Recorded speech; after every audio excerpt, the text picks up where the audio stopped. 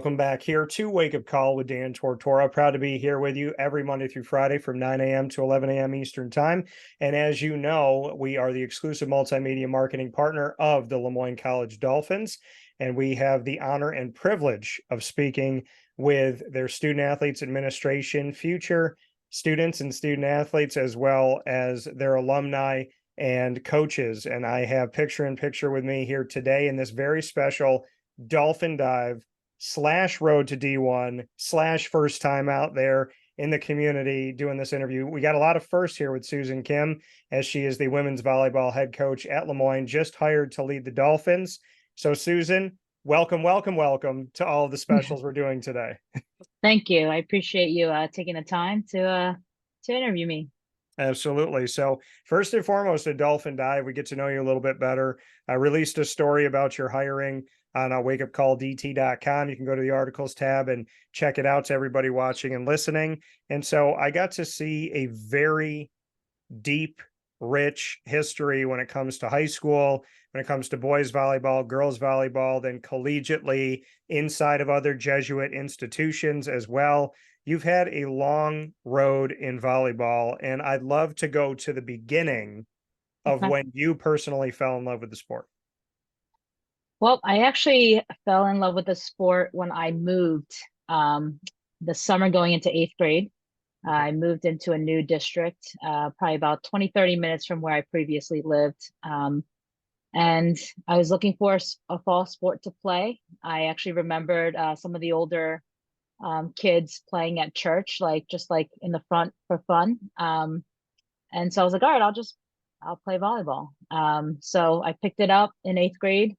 And I haven't put the ball down since. I played through high school. I played club in college. I actually didn't know I was good enough to play volleyball in college. So yeah, kind of had to figure out a lot of things on my own. My parents were actually first generation immigrants, so I didn't really know how to navigate through, the sports world or even organized sports just in general. I didn't have as many opportunities as I probably wish I had. So, And you said your family, first generation immigrants, where did they come from?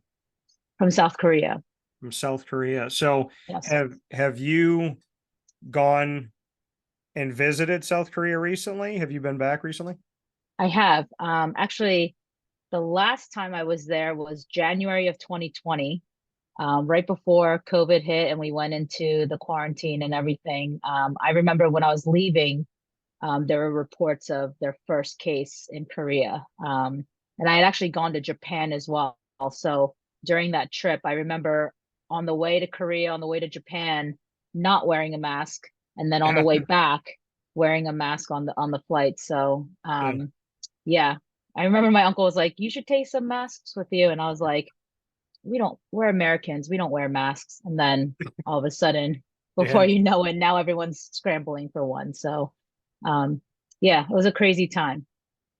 So, I mean, being able to go back there and, like you said, in such a unique experience of it, to someone who's never been to South Korea, how would you describe the culture, the environment, the life when you step outside into South Korea? What does it feel like to those who have never seen it and experienced it?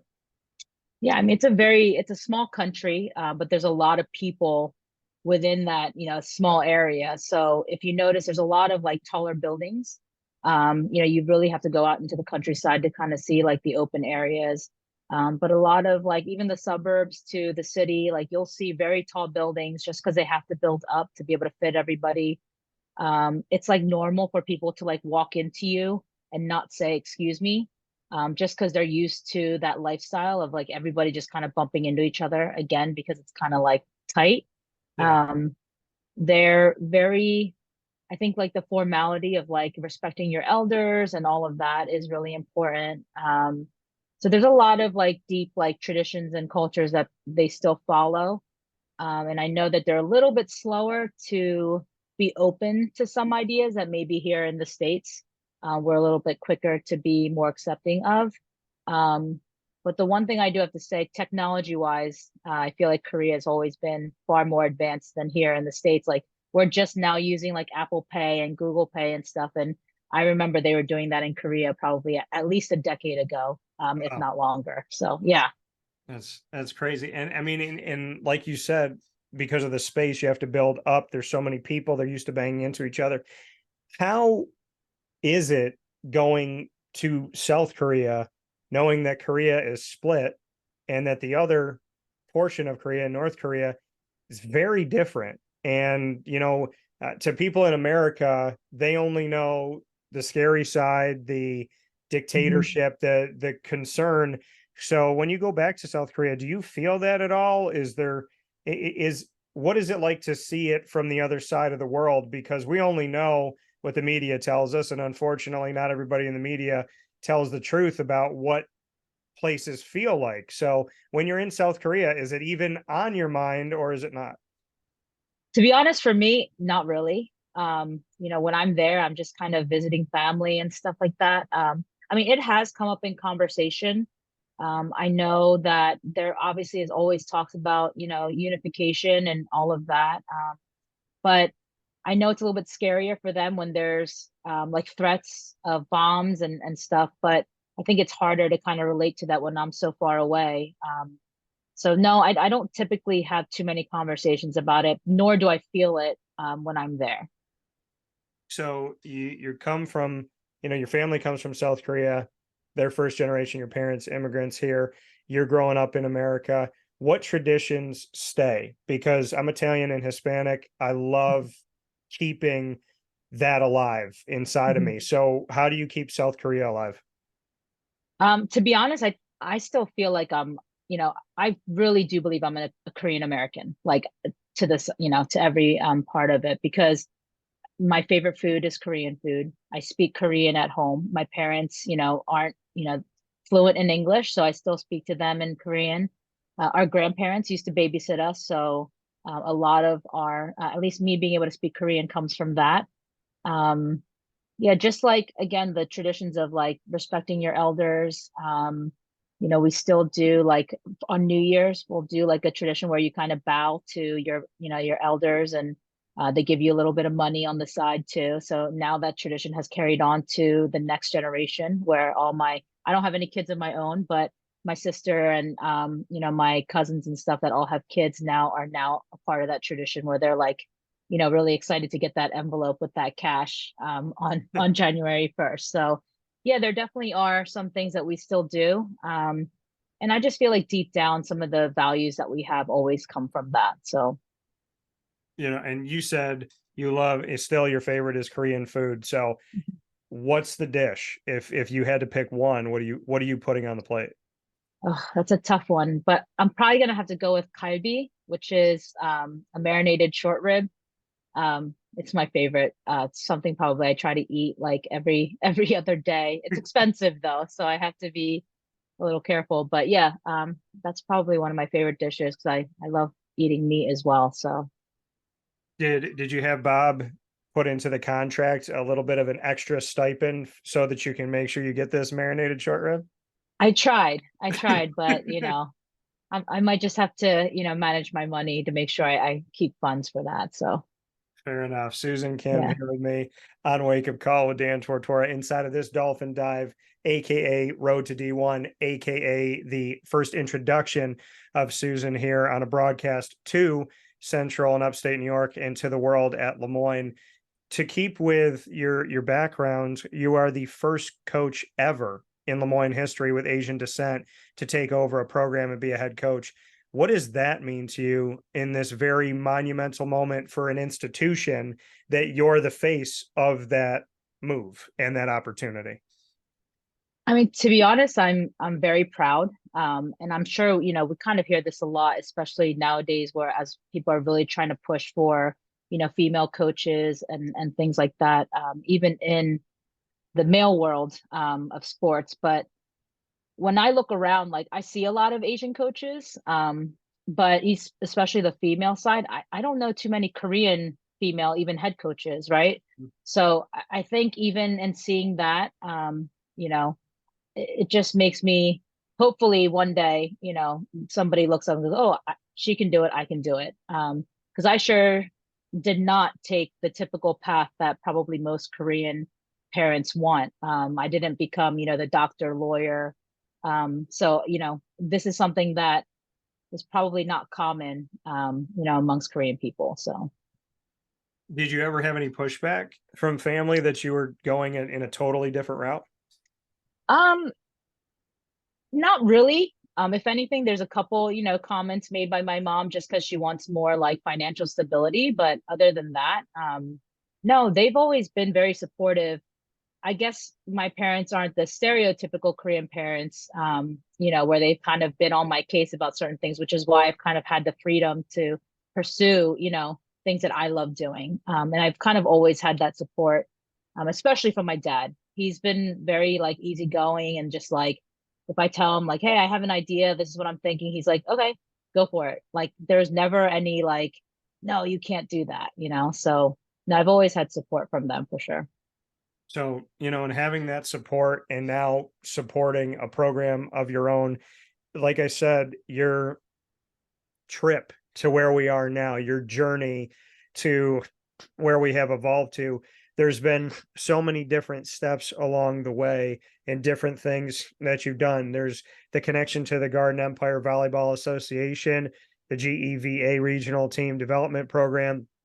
You obviously have a connection to, other pieces that we've seen along the way that I had made mention of here in looking at the girls volleyball team at Archbishop Wood High School, as well as the boys volleyball team at Council Rock North High School, and the volleyball academy back, or the Infinity Volleyball Academy, I should say, back in 2008, that you Mhm. founded and then became co-director, managing their daily operations and the growth of the youth-oriented volleyball program, as well as LaSalle University, Georgetown, and Ryder most recently here. So there's so many different trips that you've taken.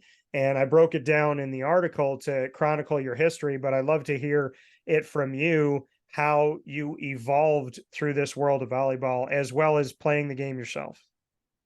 Yeah. Coaching wasn't something that I planned on doing. It was kind of, after I graduated college, I was actually playing in an outdoor tournament and ran into the old club director that I had played for. And she was like, hey, are you interested in coaching high school? And I was like, sure. Like, I didn't really, know what I was doing. I had just graduated. So to me, you say yes to everything, right? You don't really think about, what happens after. So I was an assistant to the JV team back then. And, as I went through the season, there was an opportunity to be a head coach at Archbishop Wood. And, I kind of looked at it and went, I just started coaching. Am I even, ready to take this position on? And without thinking too deeply about it, I applied for the position, and was hired. And I kind of really wanted to treat the program as um, almost kind of mimic the college world. Not that I've been in it myself, but just from the things you've heard and how intense it could get. And I've always had in the back of my mind that I didn't have, the resources that I could potentially give these players and these athletes, that, that they might not know, because I didn't know there was club volleyball. I didn't know there was all of this stuff, even playing outdoors. Like, I didn't know that until I was an adult. So it's kind of what was always in the back of my mind, is I wanted to give, the athletes that I was coaching the opportunities and the resources that I didn't have.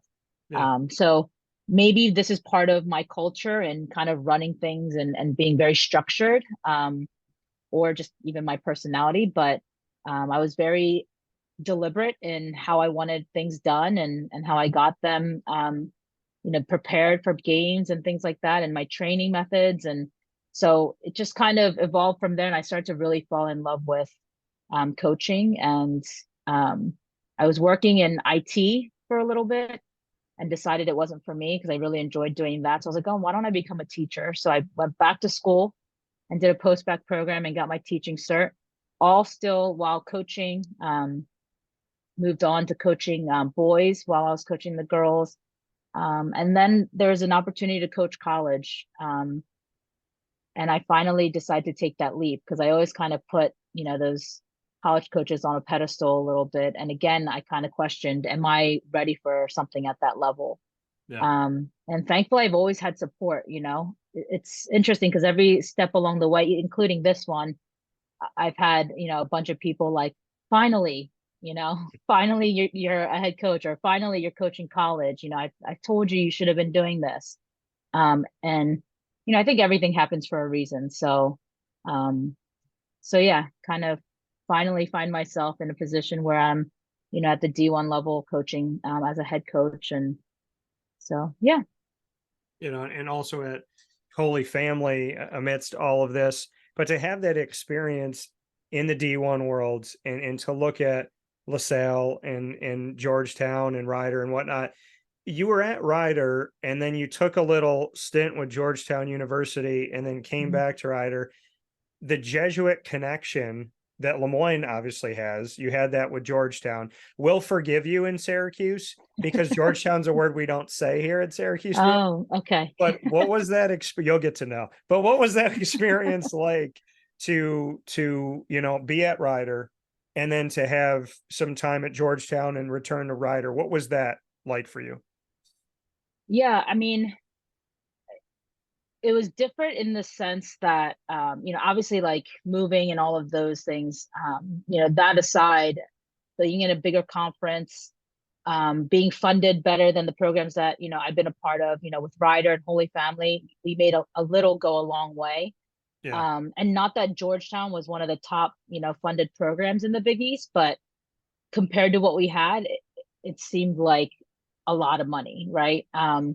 And so just seeing it at that level and the travel and all of that, I think just kind of gave me some more like steps and goals that I wanted to reach, if that makes sense. Yeah, I mean, it was pretty cool to kind of experience that and to be in that environment. And unfortunately, I had some things happen in my personal life that kind of brought me back home and back to Ryder. Um, but it was a place definitely that I would have loved to spend more time in. But the timing just wasn't right. So, for you, as you went through all these different experiences and at times, became a head coach and would fill in an interim opportunity as well. Did you start to see come to fruition? Because you said that when you take this job at LeMoyne, people say, finally, you're going to oversee this program from the giddy up. Did you see it in yourself as time was going when you said, I never set out to be a coach, but as you apply for this job and get it and then move on to this high school and this university and keep moving up the ranks, did you start to really envision yourself as taking over and leading a program and making it truly your baby? Yeah, no, I mean, it's always been something that's been on my mind. Starting the club back in 2008, and building that and I mean, I was 24, 25 when I started the business, and I look back and I'm like, I started my own business, in my mid 20s, without having any idea what I was doing. But I think just my, I guess, personality of like trying to figure things out and asking questions. Again, I think that's part of the advantage that I had, being, the a child of immigrants who don't speak English and having to figure out things on my own. I kind of really, use that a lot in my life now, and being able to figure stuff out and kind of being that go-getter and not waiting for other people to do things for me. So, I really use that to my advantage, while starting the club. And luckily, as I coached college, especially with Jeff at Holy Family and at Ryder, um, he was actually the other person that was a co-director with me for the club. So it kind of was more of a collaborative effort, and I felt like I had, a hand in growing those two programs. So why I didn't while I didn't have the title of head coach, I know I had a lot of input and value, and Jeff really wanted it to be collaborative and really valued my opinion on a lot of things. So I had a lot of, I guess you can say, my thumbprint is definitely on those two programs for sure. Just because the two of us worked so well together, and it wasn't like this like battle of the egos or anything like that. But yeah, I mean, you grow and eventually, I'm like, okay, I'm not growing in terms of certain things at Ryder, not the working with Jeff part, but in other things. So it kind of really pushed me. start looking to grow my own program. So yeah, it's always been on my mind. So now it's finally, you know, coming to fruition here. Well, and you said at 24, starting your academy, the Infinity Volleyball Academy back in 2008, and like you said, I'm starting a business in my mid 20s. Well, I could sit here and tell you Dan Tortora Broadcast Media opened in 2000, and let me see here, I was 26 when I started mine, and that was in 2012. That we July 20th, 2012. So I can definitely respect the. Am I opening a business right now in my mid 20s? But I mean, it's Yeah. fun and it's exciting. What have you learned from that? From being so young to people on the outside, but saying to yourself, like, hey, I believe I could do this. I want to open this academy. I want to put my fingerprints on this. I believe this is something I have so much passion in. I believe I can make a difference. When you did that at 24, what was going through your head and your heart? Because I love I love seeing other people succeed. I know some people, like, they want to succeed. They don't want to see anybody else do it. I want to hear from someone else that was early in their 20s going, I'm going to do this. Like, I'm excited. I'm jazzed about it. I don't know exactly how to get it all done, but I'm going to make it happen. Bring me into that part of your life and that feeling that you had inside. The first thing that comes to mind is I learned I should trust my gut Yeah. on a lot of things. But I also have an amazing like inner circle of people that I can go to and talk to that will, tell it to me straight. And just having a growth mindset, like just being open to learn. Like I want to learn anything and everything. And I want to outwork people, right? Like, of course I'm going to take my breaks and kind of chill and do that. But Yeah. I mean, what else can I do, right? Especially when you're underfunded or, things like that, when you're kind of growing in that, or when you're in that kind of environment, the best thing you can do is like try to outcoach people or outwork people, or, the grind never changes, right? Like so that's kind of, I think, the biggest thing, like trust my gut, trust the people around me, and just work hard and learn. You can learn from anybody, whether they're older, younger, more experienced, less experienced. So yeah. Yeah, no, I love that. And I agree. I mean, you got to be a sponge, and you have to Mhm. be willing to learn, take constructive criticism, go back to the table. We all know the definition of insanity, right? So Right. doing the same thing over and over again, expecting a different result. So very honored and moved by all the work that you've done. And, at 24 years old, that you started a business, which is an amazing thing. Susan Kim here with us on Wake Up Call with Dan Tortora, inside of our Dolphin Dive / Road to D1 / intro, and welcome to the community. So in our Road to D1 series, I'm speaking with the coaches at LeMoyne about leading their programs into Division One. You come into LeMoyne in this transition. What is that like for you to step into a program and see it going from Division Two to Division One, NE10 to the NEC? I mean, we can say that you don't know any different, right? Because you're stepping into a program that's going through this transition. But to be the leader that is carrying the torch for women's volleyball at LeMoyne into Division One competition, which you know all about, and to the NEC, just what that means to you and how you're going to tackle this very unique opportunity at LeMoyne.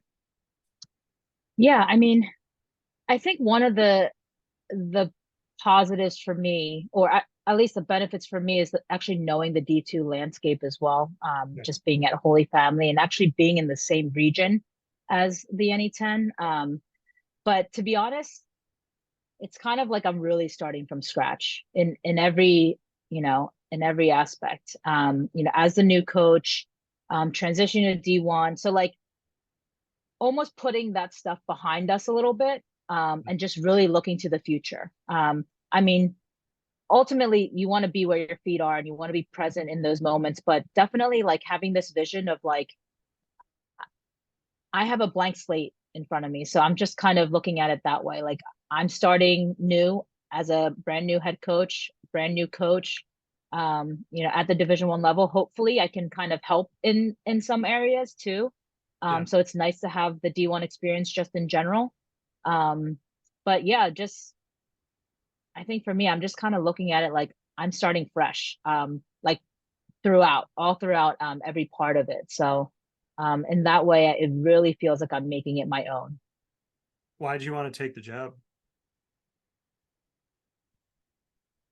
I wanted to be a head coach, and this was that opportunity. And to be honest, the people that I met throughout the interview process was really big for me as well.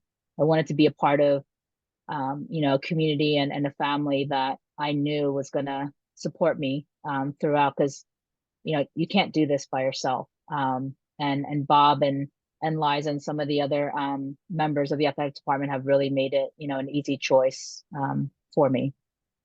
And I know that you mentioned, in your quotations when you took the job, you mentioned Liza Hilligus and what she did in the process. Why did she stick out to you? What was it about what she did that was so impressive and that moved you at LeMoyne? Yeah, I'm,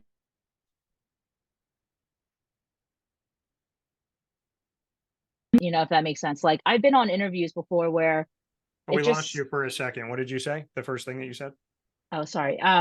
No, it just felt very like human, like being amongst people and, you know, sometimes you go on these interviews and it's it's too businesslike. Yeah. It's kind of robotic a little bit. And she just really like humanized it for me. Like even from the tour and telling, me about what the girls have been through and things like that. Um, that's why I do what I do is really, the relationship part. I was saying even in my interview, and I say this all the time when you have these conversations with other coaches, is, you do this because, you're hoping that later on down the road, you see these young women grow and become like adults and get married and all of that. And you did something right when you're being invited to their weddings, right? Yeah. So that's kind of really what drew me to LeMoyne is, just her being real with me and not trying to sell something to me, if that makes sense. Yeah, no, absolutely. And there's a lot of that at LeMoyne. There's a lot of that feeling like, I mean, I have to remind myself that I didn't go to school there because I'm a Dolphin. And according to Dr. Linda Lemira, I'm a Dolphin. And to Bob, Mhm. I'm a Dolphin. So, to go to Bob as well, I know that he's had a lot of thoughts about this hiring and, and seeing this women's volleyball team go through having a coaching change and then having a coach come in and then having another coaching change. They've seen so much in such a short amount of time. What can you say you took away from Bob Beretta? I mean, he leads this athletic department. So what type of impression did he leave on you? Um, I mean, I feel like he kind of thinks along the same lines as I do. And him having that building mentality and trying to grow the athletic department. Again, he was just very like, we're going to do this together. It wasn't like, hey, you're hired and good luck. Yeah.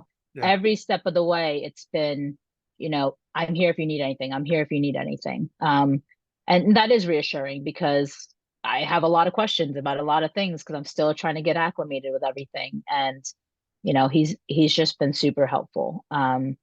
So to have an AD that you can go to and talk to directly without having to jump through hoops or anything like that has been super helpful. And again, that's a no brainer. Like having an AD that has a coach's back, it goes a long way. Yeah. And the president, I mentioned her, Dr. Linda Lemira. What can you Mhm. say about, I don't, so there's been over 4,000 people that have been on Wake Up Call. And I don't say that as a yay ego. I say that as a setup for what I'm about to say. Mhm. Thousands of people have been on the show.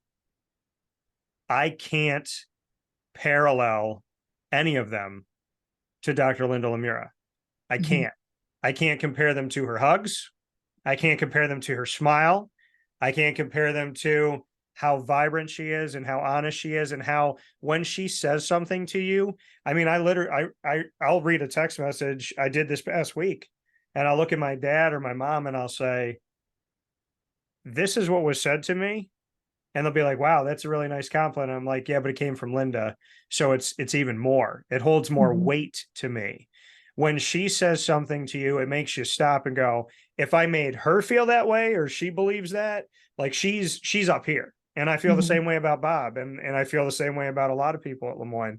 So how would you describe Linda and just what it means to have a president that is not in a tower locked away somewhere, but is right there, comes to the games, wants to Mhm. see how you're doing, goes and speaks to student athletes, celebrates them.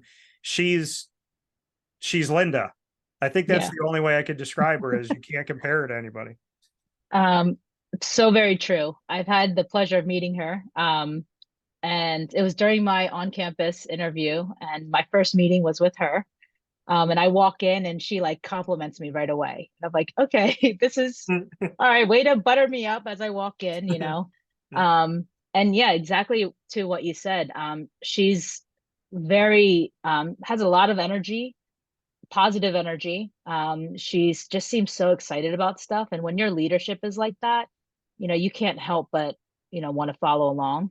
I do have to say, this is probably breaking the news here, but I had her doing squats in her office at one point.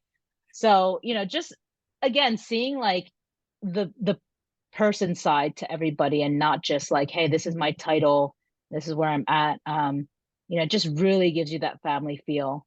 Um, you don't a lot of times, yeah, you don't get to see, you know, the president's, you know, face or you know, see their, you know, them walking around on campus and stuff. But for sure, I feel like she's somebody that once you get talking to her, I feel like it'll, you know, you're there for a while kind of thing. Yeah, I remember they had to come in a couple of times, be like, all right, you have other meetings too. But we had such a great, you know, time just talking about, you know, the future of, you know, LeMoyne and things like that. And just even the everyday stuff. You know, it's just kind of really, I thought it was a cool experience to be able to do that. And I'm sure it's not the last time that I would be talking to her. So, That one, I mean, you said it.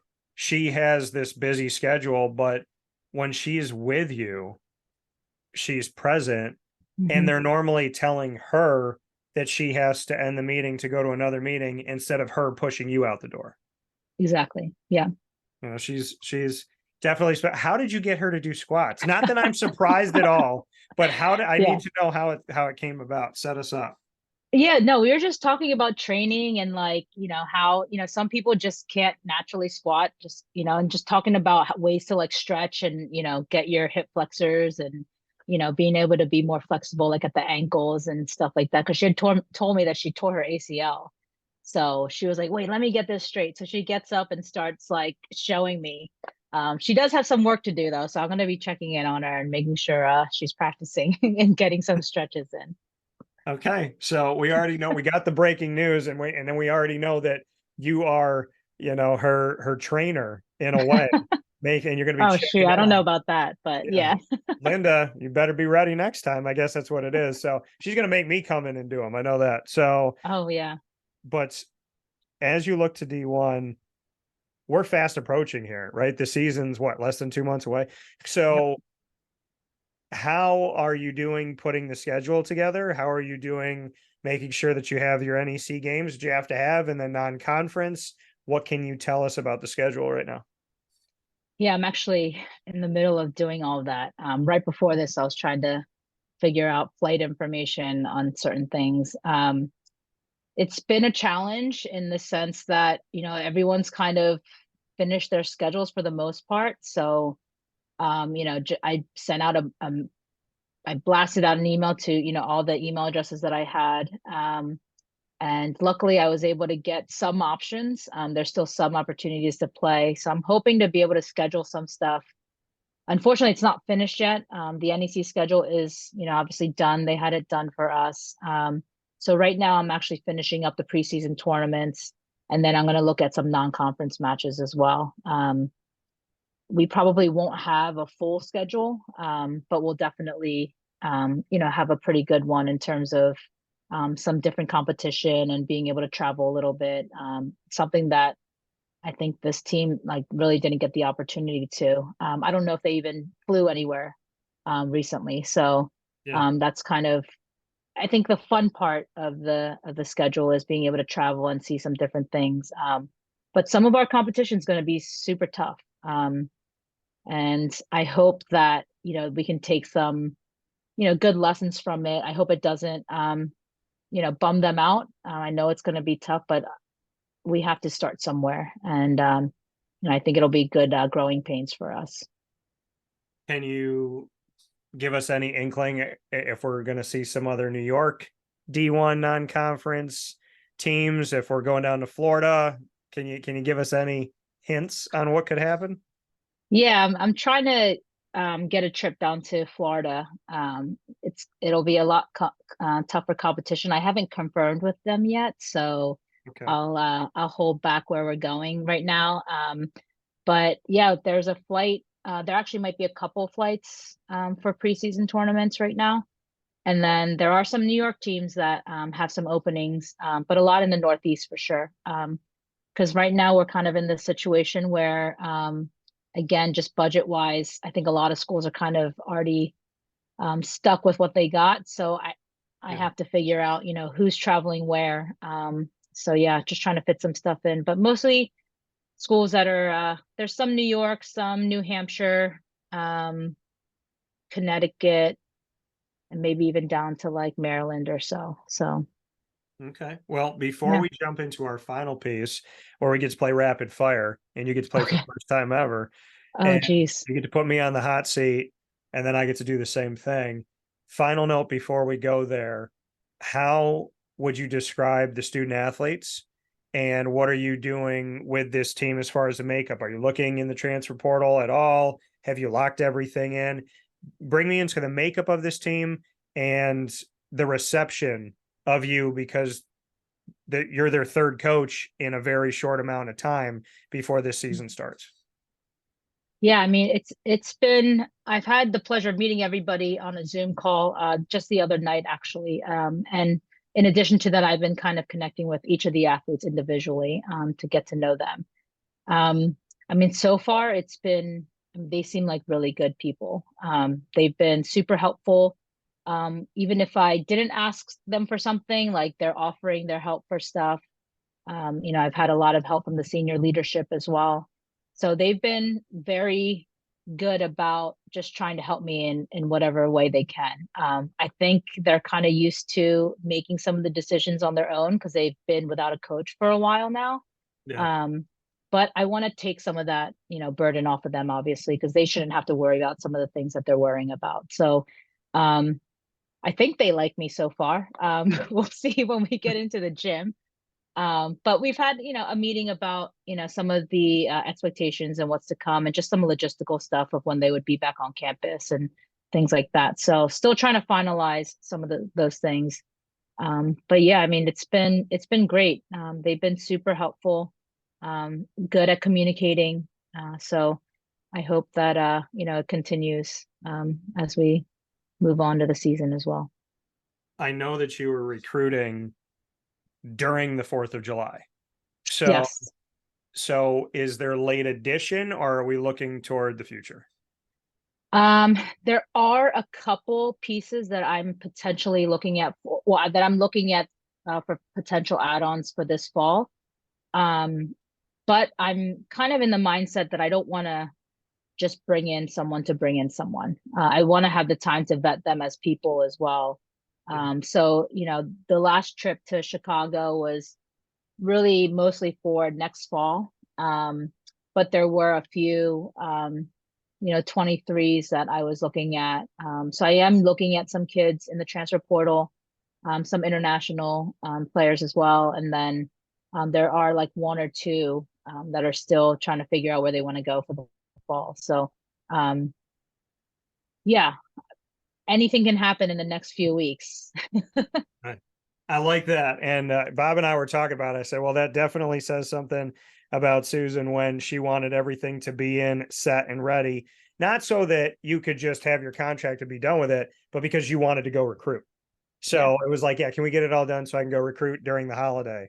So with that being said, we're going to jump into rapid fire. This edition of Dolphin Dive and the Road to D1 series in our exclusive multimedia marketing partnership with LeMoyne College on Wake Up Call with Dan Tortora, here with Susan Kim, the head coach of the women's volleyball program. We're going to do 3 and 3. So you get to Okay. ask me a question, I'll ask you back, and we'll go back and forth. It could be sports, it could be anything, music, movies, pastime, childhood. You could go anywhere. There is nothing that we have pre-planned. So when you're ready, Susan, you get to ask the first question. What is your favorite food? Oh, that's so tough. That's so ridiculously tough. There's so many people in my family that cook so well, and I love to cook. I'm going to pick something that I make, and I'm going to keep it simple. I like to know what's in my food, Okay. and I like to be clean with like what's in my food. So because I love to cook and it's hard for me to find this stuff, and I love vegetables, and I love, usually chicken with it and making homemade, I like making my nachos. I like making Okay. homemade nachos. I like to do the pulled chicken when I take the time with that. So I definitely say that. And I'm big on making my grandmother's sweet potatoes. I love Okay. making my grandma's sweet potatoes. They're simple, but there's some very tedious things you have to do in the kitchen to make sure you make them right. And before she passed at almost 101 years old, she gave me the thumbs. So as Okay. long as she liked it, I don't deviate from how I make them. So Okay. very Well, simple, I'll but definitely have to try some sometime. So maybe you can bring some by one day. yeah, I'm gonna have to bring some sweet potatoes. As long as I could get Yeah. some marinated short rib and it like Yeah. all that. So yeah, absolutely. Yeah. Let's make that happen. But no, the sweet potatoes and the nachos, there's no nachos are overpriced and not that great. So I Hmm. make them at home. I save a bunch of money and I put something on every chip. So you're not feeling gypped by anybody. Yep. All Makes right. sense. Let me think here. All right, Susan. Let's stick with food. What's the one food that you've tried that you never ever want to eat again? Oh, geez. One food I've tried. That's a hard one. Literally nothing comes to mind. Yeah, okay. Do you have And go ahead, what were you gonna say? I mean, as you get to know me, I love food. Okay. So trying to think of something that I've tried that I don't like. I really can't think of anything. I know that's a boring answer, but So I'll ask this instead of it. What besides what you've already told me, mhm. what's the one thing that you think you cook that's like the best work that you do? Oh, I actually learned this recipe from my sister, but it's a um Parmesan herb crusted chicken. I Okay. probably put way too much mayo, and I actually started adding my own like minced garlic to it. So very garlicky and a lot of mayo, probably very unhealthy, but it tastes really good. No, Parmesan crusted chicken. That's definitely that sounds like leaning toward the Italian world. So I like that. That's good. Yeah. I have to learn how to make more Korean food, though. I do have to say, I've been fortunate that my mom's kind of cooked a lot of stuff for me. So now it's my turn to figure that stuff out. Will she give you the recipes? To be honest, I think she kind of uses a pre-made sauce marinade. So I don't know if there's much behind it. Okay. But I just have to learn to do it myself. All right, fair enough. What's your second one for me? Um, what is your favorite sport to watch?